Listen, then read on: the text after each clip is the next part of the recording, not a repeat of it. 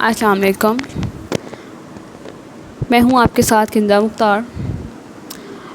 Last time हमने depression के बारे में बात की थी, अब हम बात करेंगे कैटाटोनिक डिप्रेशन में। Catatonic depression is also called MDD with catatonic features.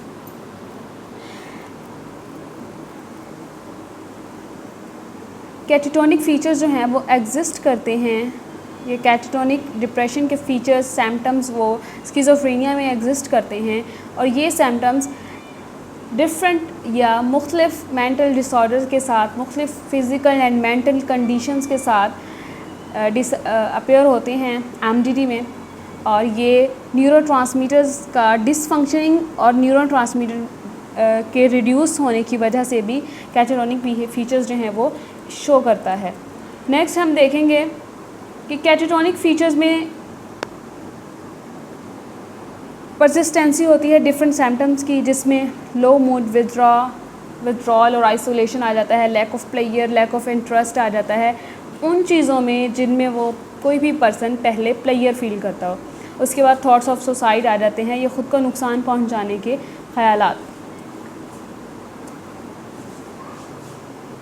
Catatonic depression, उसके बाद इसके हम डिफरेंट सिम्टम्स को देखने हैं, जिसमें आपके सामने स्लाइड शो हो रही है। इसमें सिम्टम्स स्टेप बाय स्टेप बताए गए हैं, जिसमें सबसे पहले आ जाता है कि लैक ऑफ रिस्पॉन्सिव बिहेवियर आ जाता है। किसी भी एक्सटर्नल स्टिमुलाई की वजह से पर्सन स्पीच, सडन मूवमेंट और उसकी सडन स्पीच में जो है वो इफ़ेक्ट करती है कॉन्शियसली, उसके कॉन्शियस बिहेवियर पर इफ़ेक्ट करता है। Next with catalepsy, lack of response आता है किसी भी एक्सटर्नल स्टिमुलाई की वजह से। उसके बाद उसकी जो रेजिडेंस है या उसकी रिपोजिशनिंग है वो डिक्रीज़ हो जाती है।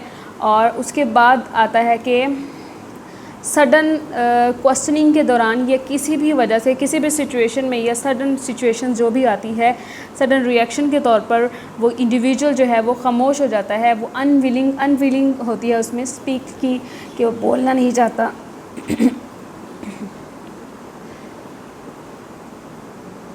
उसके बाद आता है कि उसका जो ऑटोमेटिक बिहेवियर होता है किसी भी सिचुएशंस में, या उसके सजेशंस या इंस्ट्रक्शंस जो होती हैं वो मोटिवेट नहीं होती हैं, लेस मोटिवेटिव होती हैं वो।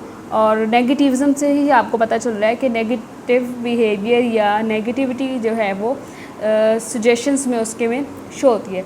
उसके बाद आता है पोस्चरिंग। उसके पोस्चर जो है अनकम्फर्टेबल होते हैं, अबनॉर्मल होते हैं। लाइक आपने नॉर्मल लाइफ में देखा होगा, कोई भी इंसान जब आप उसे रोड पे देखें या किसी भी जगह पे किसी अबनॉर्मल पर्सन को देखें जिसे लोग पागल कह देते हैं, उनके अबनॉर्मल पोजीशंस होते हैं, पोस्चर होते हैं, ऑकवर्ड सी सिचुएशन में वो बैठे होते हैं और वो घंटा उसी पोस्चर में या उसी पोजीशन में बैठे रहते हैं। उसके बाद मैनरिज़म है, इसमें अनयूजुअल बिहेवियर आ जाता है, उसके एक्शंस आ जाते हैं जो कि उसके डेली रूटीन को जो है वो इंटरफेयर कर रहे होती हैं उसकी डेली रूटीन में। नेक्स्ट जो है वो नॉन गोल डायरेक्टेड मूवमेंट है और अब नॉर्मल फंक्शनिंग है जो कि उसकी डेली लाइफ में इफ़ेक्ट करती है, इंटरफेयर करती है। साइकोमोटर से मुराद मूवमेंट आ जाते हैं, इरिटेबल बिहेवियर है जिसमें इंटरनल और एक्सटर्नल स्टिमुलाई की वजह से रिस्पॉन्सिवनेस होना है, रेस्टलेसनेस की फीलिंग्स हैं, जो कि ये चीज़ें इंक्रीज़ होती हैं। और इसमें दूसरे के बिहेवियर को कॉपी करना आ जाता है, उनके पोस्चर्स को कॉपी करना, एक्सप्रेशन को कॉपी करना फॉर नो रीज़न, किसी भी पर्सन की मूवमेंट को कॉपी करना without any reason, without any purpose.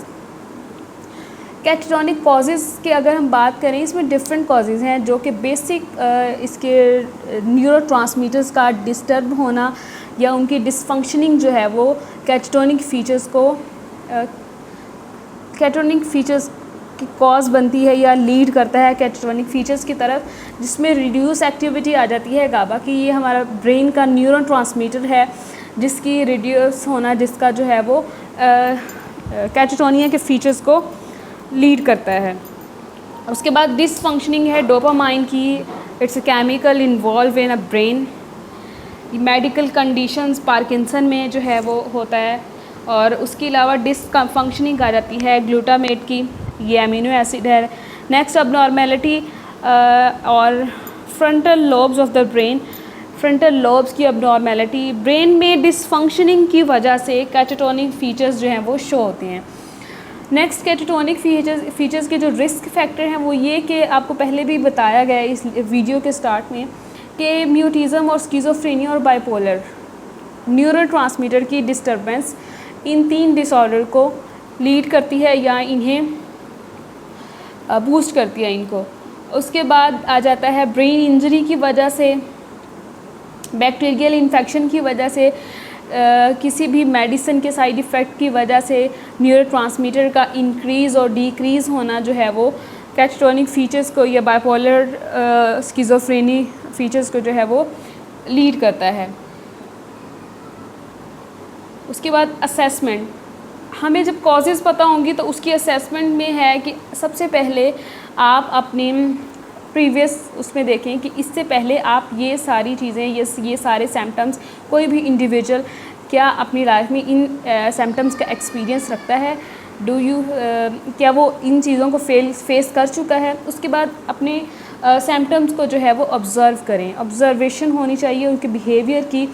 उसके बाद कंप्रीहेंसिव फ़िज़िकल एग्जामिनेशन होना चाहिए। आप अपनी लेबॉर्ट्री में टेस्ट कराएं जिसमें डिफरेंट टेस्ट आ जाते हैं, CVC, ब्रेन की MRI, EEG, ये डिफरेंट टेस्ट हैं जो कि उन्हें अपने डॉक्टर की कंसल्टेंसी के बाद जो हैं वो करवाने चाहिए। ट्रीटमेंट में ECT और रिपीटेटिव ट्रांसलेशन मैग्नेटिक स्टिमुलेशन, ये 2 ट्रीटमेंट हैं जिन्हें इस्तेमाल करके आप इन चीज़ों से जो हैं वो रिकवर कर सकते हैं। Why do people have relapsing, mostly देखा जाता है रिलैप्सिंग इन साइकोलॉजी टर्म रिलैप्सी किसी भी पर्सन या इंडिविजुअल का मेंटल डिसऑर्डर में हीलिंग के बाद दोबारा उसी कंडीशन में वापस चले जाना, जिन्हें हम फ्लैशबैक भी कहते हैं। तो वो कैटाटोनिक बिहेवियर या कैटाटोनिक फीचर्स में रिलैप्स कर जाता है इंडिविजुअल जब भी वो उसके सामने इन चीज़ों को हील करने के बाद वो अपने पास्ट से कोई भी चीज़ जब देखता है, उसकी कॉन्शियस में ऐसी कोई चीज़ आती है तो रिलैप्सिंग के चांसेस होते हैं। सेल्फ़ केयर में आप किस तरह से अपनी सेल्फ़ केयर कर सकते हैं। अगर आप ये ऐसे कोई भी सिम्टम्स फील कर रहे हैं या आपके इर्द गिर्द लोग इन चीज़ों से सफ़र कर रहे हैं, you can help them with this. सबसे पहले आता है focus on self care by controlling stress. आप अपने स्ट्रेस को कंट्रोल करें। स्ट्रेस को कंट्रोल करना I think it's not possible, we can manage stress with different strategy. Alcohol, कोई भी ड्रग्स हैं, अल्कोहल है, इससे अवॉइड करें। उसके बाद जो है अपने गोल सेट करें, रियलिस्टिक गोल होने चाहिए आपको जिन्हें अचीव करने की कॉन्फिडेंस हो आपका, और उसमें मोटिवेशन डेली ख़ुद को दें। फ्रेंड्स को, अपने फ्रेंड से बात करें, MDD से रिलेटेड आप जो है एजुकेट करें ख़ुद को, सेल्फ़ एजुकेट करें आप। उसके बाद अपने ट्रीटमेंट के लिए फॉलो अप प्लान बनाएं, उन्हें रिकवर करने की कोशिश करें। कोई भी ऐसी वीकनेस या मेंटल डिसऑर्डर से रिलेटेड चीज़ें आपको फ़ील होती हैं या ऐसे कोई भी सिम्टम्स आपको फ़ील होते हैं तो आपको चाहिए कि अपने आप के लिए एक सेल्फ़ इम्प्रूवमेंट प्लान बनाएं जिसमें आप अपने सिम्टम्स को रिकवर करने के लिए फॉलो अप अपने लिए लिखें और फिर उसको फॉलो करें। सेल्फ़ एजुकेट करें ख़ुद को अपनी इलनेस से रिलेटेड। और अगर आप इन चीज़ों से रिलेटेड कवर नहीं कर पा रहे हैं ये सब अप्लाई करने के बाद, तो आपको चाहिए कि आप अपने करीबी डॉक्टर से बात करें। जो भी आप फ्लेक्सिबिलिटी है आप इजीली कर सकते हैं। नेक्स्ट समरी है, हम इसको कंक्लूजन करते हैं इसका, जिसमें कैटाटोनिक डिप्रेशन जो है ये इन्वॉल्व होता है डिसऑर्डेड स्पीच में, मूवमेंट और एक्शन में डिस्टर्बेंस होती है। ये सिंड्रोम जो है वो कैटाटोनिक सिंड्रोम एग्जिस्ट करते हैं MDD के सेम टाइम में, जबकि कैटाटोनिया जो है वो रिड्यूस करता है मूवमेंट को और ये इन्वॉल्व होता है एक्सट्रीम और ओल्ड मोटर सिम्टम्स में।